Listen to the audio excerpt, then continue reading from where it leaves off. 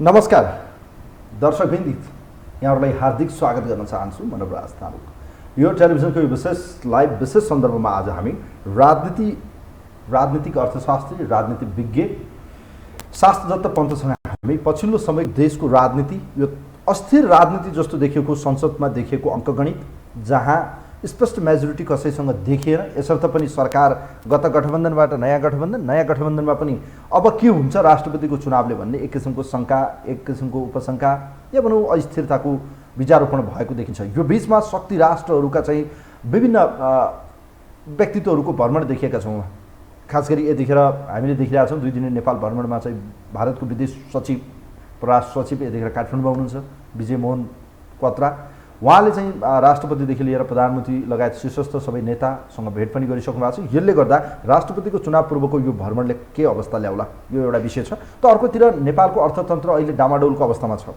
आर्थिक सङ्कटको सम्भावना देखिँदै गर्दा के साँच्चीकै नेपाल पनि कहीँ कतै प्रकारान्तर केही समयपछि पाकिस्तान र श्रीलङ्काको अवस्थामा पुग्ने त होइन भन्ने एक किसिमको चिन्ता छ। जस्तो लघुवित्त क्षेत्र त्यस्तै अवस्थामा छ, सेयर मार्केटको अवस्था त्यस्तै छ, ब्याङ्किङ क्षेत्रको तरलता छ। अर्कोतिर भन्ने हो भने मिटर ब्याजका कारणले पनि आम जनताको दुखेछ भने एकातिर छ। अर्थतन्त्रको भोल्युमलाई चाहिँ कम गर्ने वर्तमान अर्थमन्त्रीले प्रयास गर्नुभएको छ। झन्डै 2 खर्ब 44 अर्बको चाहिँ बजेटको आकार चाहिँ घटाउनु भएको छ। यसले गर्दा अब के हुनसक्छ र अर्कोतिर चाहिँ राजनीतिक रूपमा हेर्ने हो भने यतिखेर गणतन्त्रको पक्षपाती र पूर्व राजा ज्ञानेन्द्र शाहको चाहिँ सवारी सुरु भएको छ। यसले यो देशमा फेरि पूर्व राज संस्था या राज संस्थाको पुनरुदय हुने सम्भावना के छ, जहाँ चाहिँ दुर्गा परसाईले यतिखेर मेची महाकाली अभियानको सुरुवात मेचीको पुलबाट सुरु गर्नुभएको छ। नागरिक बचाउ धार्मिक अभियानलाई उहाँले सुरु गरिरहँदा उक्त अभियानमा चाहिँ पूर्व राजाको सहभागिताले पनि यतिखेर धेरै विषयहरू प्रश्न खडा भएका छन्। यिनै विषय प्रसङ्गमा कुराकानी गर्दैछौँ। आजको अतिथि शास्त्रदत्त पन्तजीलाई म वेलकम गर्न चाहन्छु। पन्त सर नमस्ते, वेलकम यहाँलाई स्वागत छ। आराम हुनुहुन्छ? ठिक छ। अब कुरा गरौँ सर, खास गरी यो राजनीतिबाटै सुरु गरौँ, त्यसपछि अर्थतन्त्रको सवालमा एकैछिनमा आउँला म। जस्तो अहिलेको राजनीति कुन गति र दिशामा छ, अस्थिरता जस्तो देखिएको छ लामो समयदेखि हेर्दाखेरि पनि अझ के हुने भन्ने अन्योलता एकातिर छँदैछ। एकातिर जनयुद्ध दिवस मनाइरहेका छन् गणतन्त्रवादीहरूले या जनयुद्धका जो चाहिँ सम्भाग भन्नेहरूले हामीले ल्याएको व्यवस्था यसले गर्दा ल्याएको हो, तसर्थ यसलाई हामीले सार्वजनिक भन्दै उहाँहरूले देशव्यापी दिवस मनाउन थाल्नुभयो। त्यही दिवसको दिन पूर्व राजा पूर्वको मेची पुल पुग्नुहुन्छ। अब पूर्व राजाको अवस्था हेर्ने हो भने त्यति शक्तिशाली पनि देखिनुहुन्न, त्यति कमजोर पनि देखिनुहुन्न। सरकारमा पनि उहाँको एजेन्डा बोक्ने पार्टी छ, सदनमा पनि उहाँहरूको पार्टीको राम्रो उपस्थिति देखिन्छ भनेको उहाँहरू सम्बद्ध जो चाहिँ हिन्दू राष्ट्र र राज संस्थाको एजेन्डा बोक्नेहरू। त अर्कोतिर सडकमा पनि अब राज संस्था देखिन थाल्यो। यी समग्र विषयवस्तुलाई देशको अहिलेको राजनीति परिस्थिति र पूर्व राजाको सक्रियतालाई कसरी हेर्नु भएको छ तपाईँले? के हो यसको सङ्केत? यसले के सङ्केत गर्दैछ? अब कहाँबाट थाल्ने? तपाईँका धेरै प्रश्न, धेरै कुरा छन्। पूर्व राजाको लामो कुरा छ। राजनीति अब राजनीतिको हिसाबबाट हेऱ्यो भने पूर्व राजा भन्दैन, मैले राजै भन्छु। किनभने राजाका 2टा आयाम हुन्छन्। एउटा चाहिँ वैदिक राजधर्मको राज संस्था हुन्छ, अर्को राजनीतिक परिपाटीको राज संस्था हुन्छ। धेरै वर्ष मान्छेहरूले चाहिँ राजनीतिक परिपाटीको राज संस्थाको रूपमा मात्रै हेर्छन् र वैदिक धर्मसितको राज संस्थालाई हेर्ने हो भने नेपालको राजा विश्वभरका हिन्दू वैदिक सनातनीहरूको साझा राजा हुन्छ। अनि राजामा पनि अहिले सक्रिय नदेखिनु र केही राजा पक्षधरका कुरालाई सुन्नु, आफै सक्रिय नदेखिनुको एउटा कारण चाहिँ राजा विश्वभरिका वैदिक सनातनी चरित्रको बोक्ने राजा पनि हो। त्यसकारण राजा दल जस्तो यो जिन्दाबाद कसैले भन्ने र मुर्दाबाद कसैले भन्ने राज संस्था हुँदैन कि। राजा भनेको सबैको साझा हुन्छ। सबै जात धर्म पेसा लिङ्ग ठाउँ त्यति मात्रै होइन, वैदिक संस्कारले त राजा चाहिँ त वन जङ्गल जलचर थलचर नवचर सबै प्राणीको पनि साझा राजा हुन्छ। अनि हामीले प्राकृतिक धर्मशर्म जो भन्छौँ तिनको पनि अन्तिम न्यायकर्ता राजा नै हुन्छ कि वैदिक संस्कारमा। त्यसकारण राजाले त्यो राजधर्मको पक्षमा लिएर खुलेर जनतामा गएर ल यिनीहरूले काम गर्न सकेन, मलाई भोट देऊ, मलाई फेरि राज संस्था फेरि चाहिन्छ, मलाई राज संस्था बनाइदेऊ भन्ने चाहना त्यो राजाले गर्दैन। त्यो राजाको धर्म निभाइराखेका छन् अहिलेको श्रीमान ज्ञानेन्द्रले। त्यो धर्म निभाइराखेको हुनाले जनताले जे चाहन्छन्, राजाको एउटै कुरा हो, वैदिक संस्कार अनुसार जनताले जे चाहन्छन् त्यही, गणतन्त्र चाहन्छन् भने राजा झर्दे भने हटिदिन्छु, बस्दै भने बस्दिन्छु भन्ने भावनामा आजसम्म राजा बसेका छन्। र त्यो अहिले मेची पुलमा चाहिँ उद्घाटन गर्न जाँदा पनि जनताले बोलाएर गएका मात्रै हुन्। त्यहाँ मेरो राजाले बोलाएर आफूले आयोजना गरेर गएको होइन, जनताले बोलाएको। जनताले के भन्न बोलाएको हो भनेदेखि हामीले 30-33 वर्षसम्म यी दलहरूले पञ्चायत कालमा भएको भन्दा बढ्ता, राजा महेन्द्रले गरे भन्दा बढ्ता छिटो छरितो देशलाई अगाडि बढाएर युरोप अमेरिकाको तुलनामा देशलाई लैजान्छन् भनेर 33 वर्षसम्म पर्ख्यौँ हामीले। यिनीबाट भन्दा आजसम्म राज संस्था भएको भए देशको अवस्था यस्तो काली लाग्दो तल गिरेको नराम्रो हुने थिएन। बरु योभन्दा बेटर राज संस्था तिमी आइदेऊ, हामीले फेरि राज संस्था पुनर्स्थापन गर्न चाहन्छौँ भनेर तिमीले मुख देखेर निम्तारुको रूपमा राजा चाहिँ मेची पुलमा जानु गएको हो अहिलेको अवस्था। तर पूर्व राजा ज्ञानेन्द्र शाह आफै राजनीति जस्तो सक्रियता जस्तो देखिएको छ भनेर धेरैले टिप्पणी गरेको मैले सुने। उहाँले अहिले सडकमा आउनुपर्ने अवस्था आइसकेको हो, या भनौँ उहाँको एजेन्डा बोकेका दलहरू सरकारमा पनि छन्, सदनमा पनि छन्। ती दलहरूको त आफ्नो छ, सङ्गठन छ, सबै कुरा छ, तर एउटा व्यक्ति जो आलोचित पात्र पनि हो, मेडिकल माफियाको उहाँलाई ट्याग पनि थियो। भलै उहाँका व्यक्तिगत रूपमा म टिका टिप्पणी गर्न चाहन्न कसलाई के भनियो, तर भनिएका कुरा एउटा पात्र दुर्गा परसाईले दुईवटा कम्युनिस्टलाई एउटै मञ्चमा राखेर मार्सी चामलको भात खिलाएर पनि एकता गर्न सक्ने त्यो खुबी उहाँमा देखियो। अहिले उहाँले पूर्व राजालाई पनि त्यसरी एउटा मञ्चमा लग्न सक्ने खुबी उहाँले देखाउनु भएको जस्तो देखिन्छ। हेर्नुहोस्, तपाईँलाई के लाग्छ सर, यो कसरी सम्भव हो? राजा यसरी जान मिल्थ्यो या मिल्थेन? जानु आवश्यकता हो? अब यहाँबाट के राजा सडकमै आएको, अब सबै आमसभामा जाने, यसरी विभिन्न सभाहरूलाई उहाँले चाहिँ आफ्नो अनुहार देखाउने र यसले माहौल क्रिएट गरेर अस्थिरतामाथि राज संस्था फर्किन सक्ने या जनताले ल्याउन सक्ने सम्भावना के देख्नुहुन्छ त तपाईँ? यसमा दुईवटा कुरा गर्न चाहन्छु म। एउटा राजालाई आरोप आम जनताले जनताको राजाको पक्षमा बहुमत जनताले चाहेका छन् राज संस्था हिन्दू अधिराज्य भनौँ। हिन्दू अधिराज्य नेपाली जनताको एउटा यो विकल्प नभएको माग, एउटा अनिवार्य माग हो। नेपाली जनताले हिन्दू अधिराज्य चाहेछन्। हिन्दू अधिराज्य भन्नाले हिन्दू राष्ट्र पनि हुन्छ, राज संस्था पनि हुन्छ, वैदिक राज संस्थाको माग छ भन्ने राजाले चाहेछन्। र त्यही राजालाई सधैँ राजा थुपुक्क चाहिँ घरमा बसेर दरबारमा बसेर चाहिँ हुन्छ, राजाले पनि केही गर्नु पर्यो, हामी जनता मात्रै उफ्रेर त भएन नि भनेर राजालाई आरोप, तिनैजना राजाको पक्षधरका जनताले राजालाई आरोप पनि लगाएछन्। राजा चाहिँ अहिले जसले जहाँ मन्दिरमा बोलाए नि, धर्म पूजापाठमा बोलाए पनि, कुनै आउने जाने हिन्दू धर्मसँग सम्बन्धित ठाउँमा बोलाए, जहाँ बोलाए पनि राजा त गइराखेको सक्रिय त। तर राजाले राजधर्म नछाडेको कारणले यो तपाईँको प्रश्न गर्ने ठाउँ आयो। राजधर्म किन छाडेको छैन भने राजा चाहिँ पार्टी जस्तो सर्टेन ग्रुपको, सर्टेन जातको, सर्टेन थरको मात्रै हुँदैन कि। राजा चाहिँ वैदिक राजा चाहिँ भयभरको, मैले भने भयभरका जनताको साझा हुन्छ। भयभरको राष्ट्रमा भएका उद्भिज प्राणी, जल थल नभचर सबै प्राणीको पनि साझा हुन्छ। त्यस हुनाले राजा त्यसरी उफ्रिएर जान नगएको राजालाई यो दोष लाउन मिल्दैन भन्छु म। राजा अहिले गएको, राजाले गर्दिनन्, राजा बोल्दिनन् भन्दा निम्ता मान्न राजा मेची पुलमा त्यो त्यसको संयोजन त दुर्गा परसाईले गर्नुभयो, मान्नुहुन्छ? अनि त्यो त जनता दुर्गा परसाईको जनताको आग्रहमा दुर्गा परसाईको जनता एमालेको केन्द्रीय सदस्य हो। अब यसका पछाडि को शक्तिले चाहिँ यतिखेर पूर्व राजालाई बोक्दैछ भनेर त प्रश्न गर्दैन मान्छेले? होइन, त्यो चाहिँ राजनीतिक प्रश्न भयो तपाईँको। मैले राष्ट्रिय प्रश्न कुरा छु, तपाईँको प्रश्न राजनीति भयो। मैले जवाफ दिन लागेको राष्ट्रिय समस्याको जवाफ दिन थालेको मैले। अब यहाँ चाहिँ पार्टी र दुर्गा परसाईको अथवा चाहिँ एमालेको कसैको पार्टीको कुरालाई चाहिँ यहाँ ल्याउनु होइन, देशको समस्याको कुरा मात्रै यहाँ अहिलेको समस्या हो। देशको समस्या कसरी बढेर गएर देशको समस्याको कुरा हो। यो समस्याको कुरामा दुर्गा परसाईले नेतृत्व गरेकोमा मैले दुईवटा कुरा भन्छु भने, एउटा कुरासँग यो दुर्गा परसाईको कुरा गाँसिन्छ। के भने नेपालमा राज संस्था हिन्दू अधिराज्य चाहिन्छ, राज संस्था चाहिन्छ भनेर मान्नेको सङ्ख्या नेपालमा चाहिँ जनसङ्ख्याको झन्डै 2/3 छ। दलको पक्षमा दलको सदस्य लिएर दलको वकालत गरेर हिँड्ने मान्छेको सङ्ख्या लगभग सबै दल मिलाएर 20-21 लाख मात्रै छ।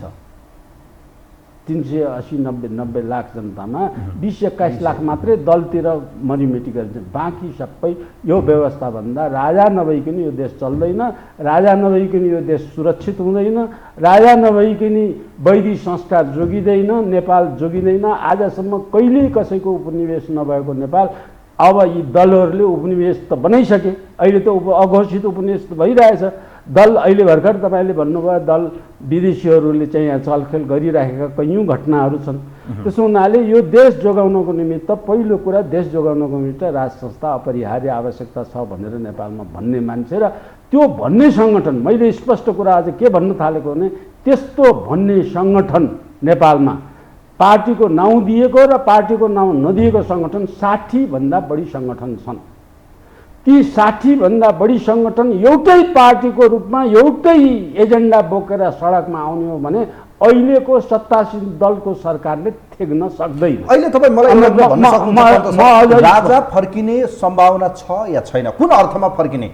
सडकबाट फर्किने, ब्यालेट बक्सबाट त सम्भव छैन। राजेन्द्र लिङ्गदेनहरूले त सत्ताको बार्गेनिङ गरे, हिजो कमल थापाले त्यही बार्गेनिङ गर्नुभयो। अब राजेन्द्र लिङ्गदेनले भनेको कुरा पत्याउँछन्, जनताले लाग्छ तपाईँलाई राजाको एजेन्डा पत्याउँछन्? उहाँले यी दुवै पात्रलाई हेरिसक्नुभयो, होइन योबाट हुँदैन। अब दुर्गा परसाईले पनि अब दुर्गा परसाई, केशरबहादुर बिष्ट जस्ता मैले पनि 60वटा जति संस्था छन्। दलमा गएको त राप्रपा एउटा मात्रै हो, सत्तामा गएको त अरू किन भएछ? उसले के भन्यो? म राजा ल्याउँछु, म हिन्दू राष्ट्र स्थापना गर्छु, मसँग पूर्व राजा ज्ञानेन्द्र शाह छ भने होइन उहाँले। अनि आज उहाँ चाहिँ सत्तामा प्रचण्डको पुच्छर किन भन्नुभयो त? के कारणले? अब त्यही त यही कुरा गर्दैछु म। कमजोरी यो राजा र जनताको बिचमा यही कमजोरी एउटा छ कि मैले यो 60 भन्दा बढ्ता केशरबहादुर बिष्ट लगायतले जब त्यहाँ गएर राप्रपालाई चाहिँ उहाँले केशरबहादुर बिष्टले राप्रपा पनि एउटा राजसत्ता चाहिन्छ भन्ने दल त हो नि, यति कुरामा हामी एकमत छौँ भनेर नभनेर म सिनियर त जुनियर, म मन्त्री त चाहिँ साधारण मान्छे, यस किसिमका कुराहरू लिएर आफूमा चाहिँ अहिले ताकि राजा आइसक्यो भने भोलि प्रधानमन्त्री मैले खाने हो तैँले खाने होइन भन्ने विषयको मानसिक रोगी देखे। अहिले यी राजा चाहिन्छ, हिन्दू अधिराज्य चाहिन्छ भन्नेहरू सबै मैले भने 6 दर्जनभन्दा बढ्ता संस्था छन्। तिनीहरूले एउटै एजेन्डा भएर नेपालमा चाहिँ आउनुपर्छ। यदि उनीहरूलाई लाज लाग्छ, हिजोका कर्तुसले लाज लाग्छ भने उनीहरूले त्यो संस्था छोडेर अरू संस्थामा जति छन् उनीहरू मध्येबाट नेता बनाएर त्यो नेतृत्व समेत छोडिदिनुपर्छ कि अहिले यही एउटा जनताको राजा चाहिन्छ भन्ने भित्रमा पनि निहित स्वार्थ मैले देखेको कतिसम्म स्वार्थ छ भने राजा आएपछि मन्त्री पाउनलाई पनि यो काम गरेको हो भने निष्कलङ्क जिरो मानसिकताबाट आउनुपर्छ कि सबै राजा चाहिन्छ, हिन्दू अधिराज्य चाहिन्छ, स्वार्थमा छ, सबैलाई स्वार्थ छ, सबैलाई स्वार्थ छ। जबसम्म स्वार्थ, यही स्वार्थको कारण राज संस्था पुनर्स्थापित हुन ढिलो भएको। अब पुनर्स्थापित हुने सवालमा जस्तो अब स्ट्राटेजी हुनसक्छ, सरकारमा पनि बस्ने, सडकमा पनि बस्ने, सदनमा पनि जाने, चारैतिरबाट चाहिँ आफूलाई चाहिँ शक्ति केन्द्रमा राख्ने सम्भावना भनिरहनु भएको छ। तर गणतन्त्र आइसक्यो, धेरैले अहिले के भन्छन् भने राज संस्था भनेको त एउटा मसान घाटमा पुगिसक्यो लाज जस्तो हो, यो अब सम्भव छैन, नेपालमा राज संस्था फर्किने कुरा कल्पना गर्न सकिन्न, गणतन्त्र आइसक्यो, बागमतीमा धेरै पानी बगिसक्यो, अब यो सम्भव छैन, 15 वर्ष बितिसक्यो भन्छन् मान्छेले। मान्नुहुन्छ सर यो कुरा? यस कुरा म मान्थे र मान्दिनँ। मान्थे, मैले पनि मान्थे, अब म मान्दिनँ। मैले मान्थे किनभने जुन प्रगति, देशको प्रगति, आर्थिक उन्नति, सामाजिक उन्नति, विदेशी ऋण, विदेशीको हस्तक्षेप, यी सबै कुराहरू चाहिँ हटेर स्वतन्त्र सार्वभौम मुलुकको विश्वलाई हाँक्ने अवस्थामा चाहिँ विश्वको नेतृत्व गर्ने महेन्द्रको पालामा अमेरिकाले गरेको अवस्था, नेपालसितको बिहेभियर जस्तो, व्यवहार जस्तो भयभरका विश्वका मान्छेले मान्ने, विश्व शान्ति गराउनेको नेतृत्व नेपालले ल्याउने, नन एलाइनमेन्टको नेतृत्व नेपाल ल्याउने यी दलले त्यो अवस्था आइदिएको भए राजा माइनस भइसक्यो। राजालाई कसैले खोज्ने थिएन, राजालाई कसै हुन्थ्यो। देशको आर्थिक प्रतिभा तपाईँले पाएको बेला अमेरिकामा जस्तो अहिले बेलुका जब चाहियो तपाईँले दरखास्त हाल्यो, जब पाइहाल्यो, 1 महिनामा चाहिँ तपाईँ 10-15 हजार डलर कमाउने अवस्था आइसक्यो। तपाईँको चाहिँ नेपालको गौरव जतासतै जय जयकार नेपाल भयो, विश्व शान्ति गर्न नेपालले ल्यायो, असंलग्न तटस्थ परराष्ट्र नीति नेपालले कायम गर्न सक्छ, विश्वलाई चीन र अमेरिकालाई मिलाउने काम नेपालले गर्यो। यो भएर यसरी गर्यो। जुन बेला राजा महेन्द्रले चीन र इन्डियालाई मिलाउने काम गर्थे, अमेरिका र चाहिँ रुसमा चाहिँ नन एलाइनमेन्टमा राजा महेन्द्रको यत्रो ठुलो खुबी थियो कि जय जयकार गरेको थियो किनभने यो चाहिँ असंलग्नले चाहिँ दुईटालाई एक ठाउँमा आएर लड्ने वातावरण जोगाउने वातावरण विश्व शान्ति गराउने त्यो वातावरण दलले ल्याएर दलले चाहिँ नेपालको नेतृत्व गरेर विश्व नेपालमा प्रखर अवस्थामा आएको भए शानको अवस्थाले त्यस्तै आर्थिक अवस्था उन्नति भएको भए त्यस्तै रोजगारको अवस्था भएको भए त्यस्तै व्यापार नेपालको सामान चाहिँ अरबौंको विश्वभरि फिँजिएको उत्पादकत्व बढेको भए बेसिक निडमा आत्मनिर्भर नेपाल भएको भए यो चाहिँ राजाको प्रश्न आउने थिएन। यहाँ दुर्गा प्रसाईले यो कार्यक्रम गर्नुपर्ने थिएन। अब कुनै चाहिँ कुनै पनि सङ्गठन अब राजा फर्किन्छन् भन्ने विश्वास छ?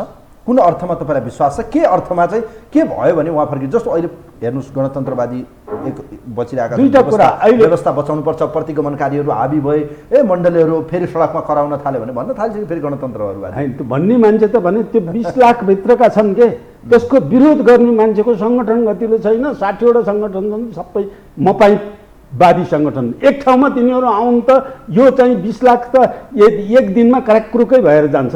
तिनीहरू एक ठाउँमा आन्दोलनबाटै जनता सडकमा आएर मात्रै राज संस्था फर्किन सक्छ। तपाईँको भ्यू त्यही हो? एउटा मेरो भ्यू त्यो मात्रै। चुनावमा त जनताले मत दिएनन् नि त, राजनीतिले उठाएको एजेन्डालाई मतै दिएनन् नि त। त्यो पनि हो। ब्यालेट बक्सबाट त सम्भव त देखेन नि त। ब्यालेटबाट सम्भव देखियो, अलिकति किन देखियो भनेदेखि अब सदन अवरुद्ध गर्ने शक्ति त चाहियो। 2/3 नगरिकन हुँदैन। 2/3 धैर्य भएन के त्यसरी नै मात्रै स्थापना गर्न सकिन्छ भन्ने हो। धैर्य भएन, त्यो कुरामा पनि धैर्य भएन। लोभमा अहिले फँसिसके हो त सरकारमा गइसक्यो। सरकारमा जानै हुँदैन। राप्रपाबाट राज संस्था फर्किन्छ फर्किन्न? राजेन्द्र लिङ्गदेनबाट फर्किन्छ फर्किन्न? राजेन्द्र लिङ्गदेनबाट फर्किनेमा त त्यो पार्टीहरू जुन पार्टी आफूमा चाहिँ किजिङ्गल गरेर बसेका छन् नि, योभन्दा असल त राजा भएरै सजिलो थियो भन्ने जुन पार्टीमा कुन पार्टीको नेताले बोलाएको छैन र? हो त केपी ओलीले बोलेका छन्। यो चाहिँ सङ्घात्मक ढाँडो भयो भने पन्त सर यति त भनिदिनुहोस् कि यो राप्रपाबाट राज संस्था पुनर्स्थापनाको कल्पना जनताले गर्ने कि नगर्ने? राप्रपा बिग्रिएर लथालिङ्ग भएर जिरो कल्पनामा गएको हो। लिङ्गदेन आएपछि एउटा नयाँ अलिकति सुधार भएर आशा पलाएको हो। यसलाई चाहिँ वैदिक संस्कारको हिन्दू अधिराज्यको हिन्दी नर्म्सको पूर्वीय शासन पद्धतिको नर्म्सलाई यो एजेन्डा क्लियर हो भन्ने कुरा स्वयं लिङ्गदेन पनि यो विषयको ज्ञान भएको मैले भेट्टाएको छैन। ज्ञानै छैन। तर उहाँभन्दा बढी अहिले रविन्द्र मिश्रमा बढी स्ट्रङ देखिन्छ। विचारभन्दा माथि देश भन्ने उहाँमा लिङ्गदेन भन्दा बौद्धिक जगतमा यो कुरा मैले भनेको कुरा बुझ्ने लिङ्गदेन भन्दा रविन्द्र मिश्रमा बढी बुझ्ने अवस्था भएको छ। अब बढी बुझेका छन्, पक्ष पनि बुझेका छन्, बहुदलीय पक्षको वकालत गर्ने पक्ष पनि बुझेका छन्, अहिले साम्यवादी समाजवादीका पक्ष पनि बुझेका छन्। त्यस हुनाले त्यो पक्ष बुझेकोलाई त्यसलाई अझ क्लियर गरेर लिएर जानेमा उनले पार्टीभित्र पेनिट्रेट गर्न सक्यो भने आउँदो अध्यक्ष पनि उनी हुन्छन्, आउँदो वैदिक हिन्दू अधिराज्यको नेतृत्वकर्ता पनि उनी हुन सक्छ। रविन्द्र मिश्र। सर अब यहाँनिर कुरा गरौँ, अहिले विदेशका शक्ति राष्ट्रहरूको विदेशी शक्ति राष्ट्रहरूको दौडधुपले एकातिर हामी राष्ट्रपतिको चुनावमा छौँ। अब यहाँ त राप्रपाको अग्नि परीक्षा सुरु हुँदैछ क्या? राजा मान्ने कि गणतन्त्रलाई साथ दिएर राष्ट्रपतिमा चुनावमा मतदान गर्ने भन्ने सबभन्दा महत्त्वपूर्ण उहाँहरूको अग्नि परीक्षा त्यही छ। अब सरकारबाट ब्याक पनि हुन सक्ने अवस्था छ या छैन? यहाँ के लाग्छ सर, यो जुन अहिले विजय मोहन क्वात्राजीको नेपाल भ्रमण अहिले मात्रै आज मात्रै देखिरहेको थियो, अमेरिकाको उपमन्त्री फेरि काठमाडौँमै हुनुहुन्छ, सैनिक अधिकारीसँग भेटघाट गरिरहनु भएको छ उहाँले। चिनिया प्रभाव त्यत्तिकै बढिरहेको अवस्था, राजनीति रूपमा चाहिँ संसदमा बहुमत कसैको छैन, अस्थिरता छ, गठबन्धन गठजोड गर्नु परेछ, एउटा गठबन्धन बन्यो भत्क्यो अर्को गठबन्धन बन्यो। अहिले देशमा राजनीति अस्थिरतामा विदेशी शक्ति राष्ट्रले खेल्न सक्ने कार्ड के हो? नेपालमा शक्ति राष्ट्रहरूले के गर्लान्, के होला तपाईँको अनुमान छ? यसलाई मैले एउटा उदाहरण दिएर तपाईँलाई स्पष्ट पारिदिन्छु।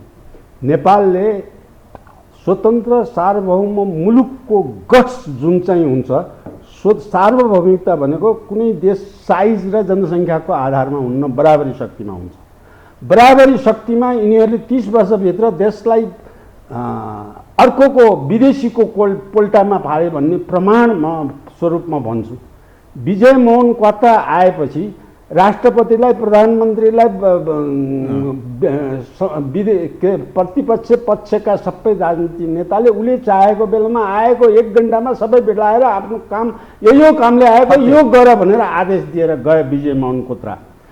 त्यही तहको त्यो सचिवभन्दा एक तह माथिको नेपालको परराष्ट्र मन्त्री केपी ओलीको पालामा इन्डियामा सरकारी काममा सरकारी औपचारिक रूपमा गएको बेलामा इन्डियाको प्रधानमन्त्रीले हाम्रो परराष्ट्र मन्त्रीलाई 7 दिन 6 दिन 5 दिन कोसिस गर्दा पनि भेट पनि पाउन सकेन। किन नेपाल चाहिँ एउटा खरदार मुखियाको इन्डिया एउटा प्रधानमन्त्री हो भन्ने व्यवहारले सिद्ध गरे। यहाँनिर एउटा चाहिँ फुर्सद छैन जा अहिले भने जस्तो चाहिँ गरे। त्यो सार्वभौमिक स्वाधीनता नेपालको दलहरूले कति तल गिराए भन्ने प्रमाणको रूपमा मैले यहाँ आएछु। त्यो हिजोभन्दा पहिले चाहिँ इन्डियाका रहको चिफदेखि लगाएर इन्डियाका सबैले चाहिँ केपी ओली प्रधानमन्त्री भएको बेलामा चाहिँ एक हप्ताभित्र कतिजनाले कति घन्टा समय चाहेको समय लिए। प्रधानमन्त्रीलाई त्यति धेरै समय फुर्सद हुन्छ, इन्डियाले जति चाहे घन्टौँ राति 12 बजे सुत्नु पर्दैन। नेपालको प्रधानमन्त्री सार्वभौमसत्ता छन्, मलाई फुर्सद छैन भनेर भन्न सक्ने अवस्थामा पनि जान नसक्ने। इन्डियाको कति धेरै डोमिनेसन छ र त्यो डोमिनेसनले नेपालको चाहिँ राष्ट्रियता राष्ट्रिय अखण्डतालाई कति प्रभाव पारेको छ। नेपाल भुटानभन्दा तल पुगिसक्यो, सिक्किमको अवस्थामा जाने अवस्थामा नेपाल छ। त्यसकारण राज संस्था पुनर्स्थापन गर्नुपर्छ भन्ने एउटा चाहिँ राजनीतिक कारण पनि हो। जनता यसरी चाहिँ राज संस्था चाहिन्छ, राज संस्थामा यति तल गिरेको अवस्था देशको थिएन भन्ने एउटा चाहिँ राजनीतिक अवस्था, आर्थिक सामाजिक अरू तमाम अवस्था छन्। त्यो अवस्थाभित्र मैले उदाहरण लिएर जान्छु। आज मात्रै माओवादीको हिजोको ऊर्जा मन्त्रीले के भनिरहेछ भने हामीले चाहिँ आइसकेपछि नेपालमा हामी आइसकेपछि 9-9वटा सिडिओ महिला बनायौँ, त्यो हाम्रो युद्धको कारणले हो भनेर भने। तपाईँहरू कसैले पढ्नुभएको छैन नेपालको इतिहास। नेपालमा महिलालाई सशक्त गरेर महिलालाई प्रहरीमा पसाउने, महिलालाई सेनामा पसाउने, महिलालाई सिडिओ बनाउने, महिलालाई चाहिँ संसदमा लैजाने, महिलालाई जम्मै चाहिँ गरेर लिएर जानु त राजा महेन्द्रले थाले हो। राजा वीरेन्द्रले त्यसलाई लिएर आएको कुरा यसरी बुझ्नु पर्यो नेपाली जनता कि राजा महेन्द्रले एक क्लासमा भर्ना गरेका थिए नेपाली महिलालाई। अहिले तिनीहरू 18 क्लास पुगे, एमए पास गरे, पिएचडी गरे, अटोमेटिक त्यो बिउ उत्पादन भएर आएको हो नि। पञ्चायती व्यवस्था र राजाको शासन भएको भए 9 जना सिडिओ होइन, जनसङ्ख्याको अनुपातमा सिडिओ भइसक्थे अहिले, अथवा त्यो नभए 9 जना होइन 30 जना हुन्छ। चाकरदारी नौकरशाही थियो भन्छन् त्यो बेला। छोड्नुहोस्, अब यो विषयमा छँदैछ सर। अहिले राज संस्था फाल्न पनि 12 बुँदे दिल्ली सम्झौता, त्यसपछि राजासँग के एग्रिमेन्ट गरियो, 12 बुँदे अहिलेसम्म सार्वजनिक भएन भने उहाँले दुखेसो गर्नुहुन्छ होइन। पूर्व राजाको एउटै भनाइ के छ भने दिल्ली सम्झौतामा भएको विषय थियो, मलाई भनौँ न एक किसिमको डिजाइनमा पारिएर यो भयो भन्ने विषय छ। तपाईँलाई के लाग्छ सर, अहिलेको पोलिटिकल अनस्टेबिलिटी जस्तो अस्थिरता देखिएको छ, यहाँबाट देश कतातिर जान्छ? अन्तिम प्रश्न यहाँलाई, त्यसपछि अर्थतन्त्रको बारेमा। मैले थ्याङ्क यू। यसमा चाहिँ मैले देखेको के कुरा हो भने राज संस्था कथा यो अहिले चाहिँ राज संस्था फालेर गणतन्त्र लिएर आउनलाई रक्तपातमय युद्ध भएको त होइन। युद्ध दिवस मनाएन, मनाउने मात्रै बनायो, भएको त होइन नि त। उहाँहरूले भन्नु हाम्रो उपलब्धि हो, यो उत्सवलाई मनाउँ। अब यही झुटोको पछाडि नेपाली जनता यही भ्रममा पर्छ कि त्यो चाहिँ अहिले ऊ प्रधानमन्त्री भएको अवस्थामा बनायो त उसले त कति झुटो गर्छ भने लौदा सुरुवाल लाएर पृथ्वीनारायणको स्ट्याचु बनाउँछु, पृथ्वीनारायण शाहलाई मैले मान्छु, नोटमा राख्छु भनेर चाहिँ यहाँ आएर अब यो फर्कियो भनेर आएको नि। उसले युद्ध गरेको त एकदलीय शासन व्यवस्था लेनिनले रुसमा गरे जस्तो गर्छु भनेर आएको हो नि। नेपाली कम्युनिस्टले गरेको आन्दोलनलाई पनि नमानेर गएको हो नि। 40 बुँदे एजेन्डा लिएर शेरबहादुरले एजेन्डामा बहस गर्न नमानेको कारणले भूमिगत भएर युद्धमा गएको हो नि। शेरबहादुरले त्यसमा राउन्ड टेबल कन्फरेन्समा ल्याएर त्यो 40 बुँदेमा छलफल गरिदिएको भए यिनीहरू भूमिगत हुने अवस्था पनि थिएन नि। अब यिनीहरू साम्यवादी र चाहिँ पुँजीपतिमा त्यसबेला टकराव थियो। अमेरिका र रुसको जस्तो, अमेरिका र चीनको आजको चीनको जस्तो टकराव थियो। त्यो टकराव नेपालका दलमा पनि थियो नि। तर त्यो मेटेर त्यो एउटा टाउका मूल्य राख्ने, एउटले अर्कालाई मार्ने भनेर बन्दुक लिएर लडालड गर्ने मान्छेहरू एक ठाउँमा आएर सिद्धान्तविहीनको अवस्थामा आएकोमा त्यो चाहिँ प्रचण्डले आज जुन दिवस भन्दा कुन चाहिँ दिवस बनाएको त्यो लेनिनको एकदलीय शासन नेपालमा लाग्ने भन्ने दिवस हो कि मल्टिपार्टी सिस्टममा पस्ने गुर्बाचोभले बनाएको राजनीतिको नीति हो कि अहिले चाहिँ लरङलुरुङ इन्डियाले बनाएको यो पश्चिम बङ्गालमा लागू भएको साम्यवादीको शासन चलाउने लरङलुरुङ नीतिमा पसेर आएको साम्यवाद हो कि प्रचण्डले यो दिवस बनाएको साम्यवादी नै होइन, त्यो समाजवादी पनि होइन। जसले आफ्नो मोज मस्तीको लागि राष्ट्रको धनको लुटेर खान्छ त्यसलाई साम्यवादी समाजवादी भनेर नेपाल मिडियाले भन्न मिल्छ?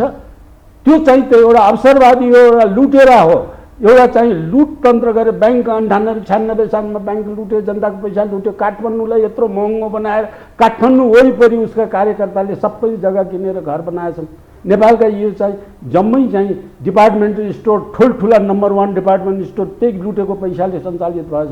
त्यो कसले खोजेको छ? त्यो खोज्ने अवस्थामा आउनु नपाओस् भनेर मरिमेटेर अनेक छलछाम गरेर प्रधानमन्त्रीमा त्यो एउटा 28-30वटा चाहिँ सांसद बनाउनेले प्रधानमन्त्री बनाएर खेलेका छन्। नेपाली जनता यसरी खेलेका छन्।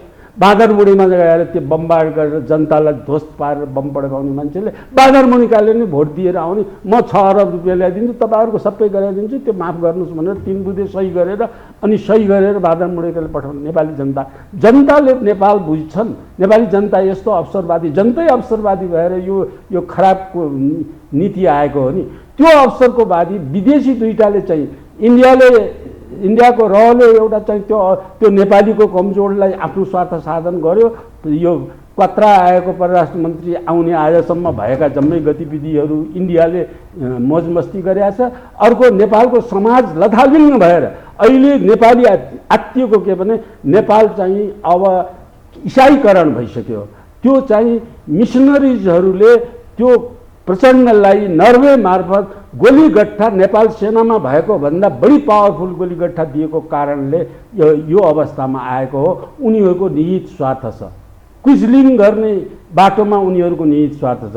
त्यो स्वार्थको लागि काम गर्दा गर्दै नेपाल विदेशीको चलखेलको अड्डा भयो, नेपाली करप्सन गर्नेको केन्द्र भयो, विश्वको चाहिँ कालाबजारी तस्करी गर्नेको केन्द्र नेपाल भयो। त्यो कसले ल्यायो भने यही दलले ल्यायो। यो दलको पछाडि को गयो भने माओवादीको पछाडि नेपाली काङ्ग्रेस गयो। गिरिजा र प्रचण्ड मिलेर चाहिँ खराब काममा लाए। अब त्यो माओवादीसँग एमाले बाँच्न नसक्ने भएर त्यससँग पनि मिल्यो। सबै बाँडेर खाने बेला भएपछि त राजालाई फर्काएर लिएर आउँछ भने कमल थापा पनि तिनीसँग मिलेर संविधानमा सही गरेर हिँडे। अब अहिले कमल थापा हुँदैन लिङ्गदेल भन्ने कुरा छैन। कमल थापा नहुने हो लिङ्गदेल भने यो सत्ता अहिले चाहिँ समीकरण सत्ताबाट छुटेर जानुपर्छ। यो राष्ट्रिय स्वतन्त्र पार्टीसँग समीकरण मिलाएर नेपालका खराबी के हुन्, कसले भ्रष्ट गरेका छन्। तपाईँलाई लाग्छ त्यसो भए अहिले रवि लामिछाने पनि राजावादी हुन् र भोलि यिनले राज संस्थाको पक्षमा वकालत गर्छन् भन्ने लाग्छ तपाईँलाई? होइन, रवि लामिछाने राष्ट्रवादी हुन् भन्ने मलाई लाग्छ। राष्ट्रवादी रवि लामिछाने र लिङ्गदेलमा एउटै कुराको मेरो एनालाइसिसमा के देखेछ भने लिङ्गदेलले अहिले सबै पार्टी मिलाएर जसरी राजा चाहिँ कुनै मारेर रुसमा जस्तो चिनमा जस्तो गरेर परिवर्तन गराएको राजा त होइन। राजा त सरसल्लाहबाट तिमी छोडिदेऊ भन्यो, म हुन्छ भनेर चाहिँ राजाले छोडेर बसेको राजा हो नि नेपालको राजा। केही समयको लागि जस्तै हो नि। जसरी सहजै राज संस्था फालियो त्यस्तै सहजै सबै दल मिलेर राष्ट्र पुनर्स्थापन गर्नुपर्छ। हिन्दू अधिराज्य यसको नाउँ राख्नुपर्छ। ओके सर, अब यो अर्थतन्त्रको बारेमा तपाईँ अर्थशास्त्रको अलिकति विज्ञ भएको नाताले पनि राजनीतिसँग अर्थशास्त्र पनि तरलता बढेको छ, अर्थतन्त्र डामाडोलको अवस्था छ, आर्थिक सङ्कट आउने देखिन्छ, सुधार हुने देख्नुहुन्छ कि फेरि यो पाकिस्तान र श्रीलङ्का जस्तो बडो हामी चाहिँ ऋणमा डुबेर सिद्धिने अवस्था आउँछ कि आत्महत्या गर्नुपर्ने अवस्था छ? तपाईँले देखिरहनु भएको छ शास्त्रदत्त पन्त सर, के लागिरहेको छ यो अर्थतन्त्रको सवालमा यहाँको भनाइ?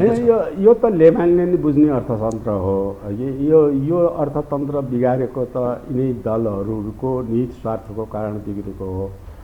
अब यो अर्थतन्त्र र विदेश पलायन, मान्छे नेपालको अर्थतन्त्र बिग्रेकै कारण विदेश पलायन भएको सबभन्दा ठुलो खराबी नेपाली मिडियाले, नेपाली विज्ञले पनि नबुझेको ठुलो खराबी के हो भने गिरिजा प्रसादले नेपालमा चाहिँ उदार अर्थनीति ल्याएर नेपालको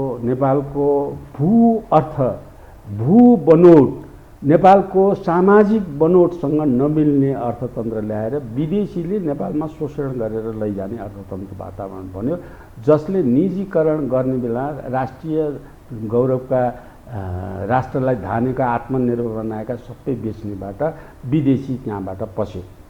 त्यो पसाइबाट सामान्य कुरा चाहिँ हाम्रो जस्तो देशमा चीनको कुरा मैले अब तपाईँहरूको टाइम कम छ, अब यो पृथ्वी राजमार्ग बनाउनुमा चीनले पैसा नभएर चीनसँग पैसा थिएन, चीनमा जम्मा 4 कलरको एउटै कपडाको कमेज उत्पादन गर्थ्यो। त्यो कमेज चीनमा अहिले जस्तो छुट थिएन, लगाउनलाई त्यही रङ मात्रै फेर्न पाइन्थ्यो, कपडा एउटै लाउनु पर्थ्यो कमेज चीनभरिका मान्छेले माओ सेतुङको पालामा उत्पादन।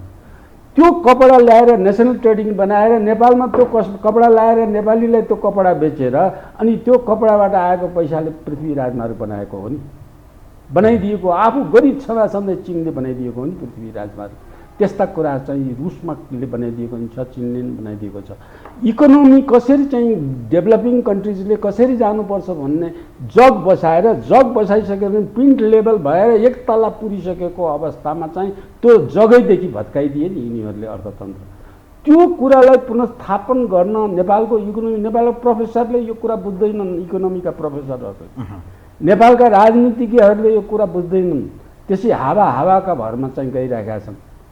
नेपालमा चाहिँ आर्थिक अर्थतन्त्र सुधार भयो, 6 महिनामा राम्रो भयो, रिमिटान्स आएको छ, राजस्व सङ्कलन कमी भयो भनेका छन्, मकिरहनु भएको छ।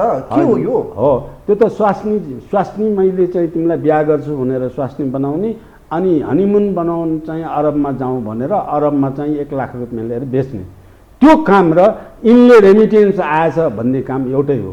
नेपालीले विदेशीको उन्नतिको लागि दास बनाएर पठाउने कि नेपालीले नेपालको उन्नति गर्ने?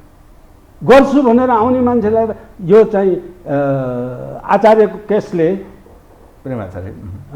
प्रेम आचार्यको केसले गर्छु भन्ने मान्छे त अब नआउने बनाइरहेछ। यिनीहरूले त कि आयो भने हामी सत्तामा बस्न सक्दैनौँ भन्ने डर छ यी सबै दलका नेतामा। ती सबै फर्केर आउने हो भने नेपालमा चाहिँ 15 लाख नेपाली विज्ञ प्राज्ञ साइन्टिस्ट विदेश गएछन्। 15 लाख ती फर्के भने त उनको मेन्टालिटी चेन्ज हुन्छ, घर परिवारले अटोमेटिक फरक मात्र दिन्छ। त्यो त्यसपछि 66 लाख काम गर्ने, यामी कुल्ली काम गर्नेमा 66 लाख गएछन्। ती 15 लाखले 66 लाखलाई नेतृत्व दिन सक्छन्। तिनीहरूले नेतृत्व दिएर शुद्ध अमेरिकन डेमोक्रेसी आउन थाल्यो, बेलायतको डेमोक्रेसी आउन थाल्यो, फ्रान्स युरोपको डेमोक्रेसी नेपालमा आउन थाल्यो भने यी त गल्लीका कौडीका मोलमा नबिच्ने पत्तु कुकुर हुन्छन् नि, भतुवा कुकुर हुन्छन् नि सडकमा, यी अहिलेका नेता भएर बसेका सबै भतुवा कुकुरमा परिणत हुन्छन्। त्यसकारण यिनीहरूले यो बुझाएछन्, त्यसकारण आउन दिँदैन। अर्थतन्त्र सुधार हुने देख्नुहुन्छ या यहाँबाट सङ्कट आएर चाहिँ श्रीलङ्का र पाकिस्तान बन्ला? यिनीहरू बस्यो भने नेपाल, श्रीलङ्का, पाकिस्तान, भुटान, सिक्किम सबै हुन्छ। यिनीहरू नै बसिराख्ने हो भने अब नेपाल त्यति बिग्रेको छैन, बनाउनै नसक्ने गरी बिग्रेको छैन। अब अहिलेको अवस्थामा यदि त्यो राजा महेन्द्रको स्टेपमा यिनीहरूले विरोध नगरेर र महेन्द्रसँग मिलेर उसको विकासमा साथ दिएको भए अहिले नेपालको अवस्था चाहिँ सिङ्गापुरको, फिनल्यान्डको अथवा चाहिँ स्विजरल्यान्डको भन्दा कम हुने अवस्था थिएन। त्यसैलाई कन्टिन्यू भएको भए त्यो त ब्रेकडाउन उनले गर्ने बेलामा विश्वमा राजा महेन्द्रको तपाईँले पढ्नुभयो होला, विश्वभरिमा चाहिँ विज्ञहरूले लेखेका छन्, विश्वमा राजा महेन्द्रले 10 वर्ष गरेको प्रगति जुन छ त्यो विश्वका कुनै देशमा पनि त्यति धेरै प्रगति भएको छैन। जबकि 2 पटक नेपाली काङ्ग्रेसले सशस्त्र युद्ध गर्यो, उनलाई काम गर्न दिएन, एयरपोर्ट खन्यो, पूर्व पश्चिम राजमार्ग भत्काइदियो, आगो लगायो, पुल तोडिदियो, अनेक किसिमको कुरा गरे। खालि माओवादीले जस्तो जनतालाई विदेश मुद्रामा जनतालाई घर घर गएर मार्ने काम मात्रै गरेन, अब त्यति गनिमत नेपाली काङ्ग्रेसले त्यति त्यो गरेन, तर काम गर्न, विकास गर्न बाधा हाल्यो। त्यो बजेट के थियो महेन्द्रको पालामा? नेपालको राजस्व कति थियो? कसैलाई कर लगाएको त होइन नि त। पूर्वपश्चिम राजमार्गको तिरोको बराबरी 1 सालको तिरो थप लिएर बनाएको त हो। नेपालमा 33 करोड जम्माको पञ्चवर्षीय योजना बन्थ्यो। अहिले जस्तो 17 खरबको, 18 खरबको, 17-21 खरबको थिएन। अहिले जस्तो 20-21 खरबको विदेशी ऋण पनि नेपालको जनताको टाउकोमा थिएन। ऋण पनि थिएन, त्यत्रो बजेट पनि थिएन, कर पनि लगाएको थिएन। अहिले कर कति लगाएछ?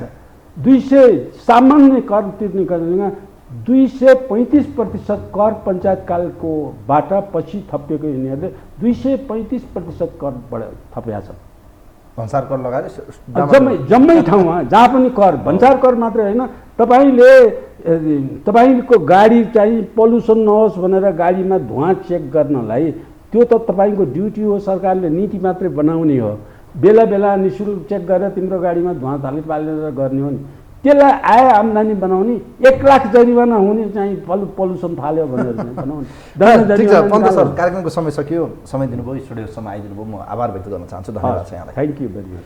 आदरणीय दर्शकवृन्द, यो विशेष संवादमा हामीसँग राजनीतिक अर्थशास्त्री एवं प्रबुद्ध व्यक्तित्व शास्त्रदत्त पन्त आज हामीसँग हुनुहुन्थ्यो। देशको अर्थतन्त्र, देशको राजनीति र पूर्व राजा ज्ञानेन्द्र शाहको सवारीले यतिखेर तरङ्ग पैदा भइरहँदा भारतीय विदेश सचिवको नेपाल भ्रमण र यिनले पनि के राजनीति रूपमा चाहिँ नयाँ फेरबदल हुने सङ्केत छ या छैन, यी संवादहरू गर्ने प्रयास गऱ्यौँ। कार्यक्रम हेरिदिनु भयो, धन्यवाद दिँदै म पनि बिदा हुन्छु। नमस्कार।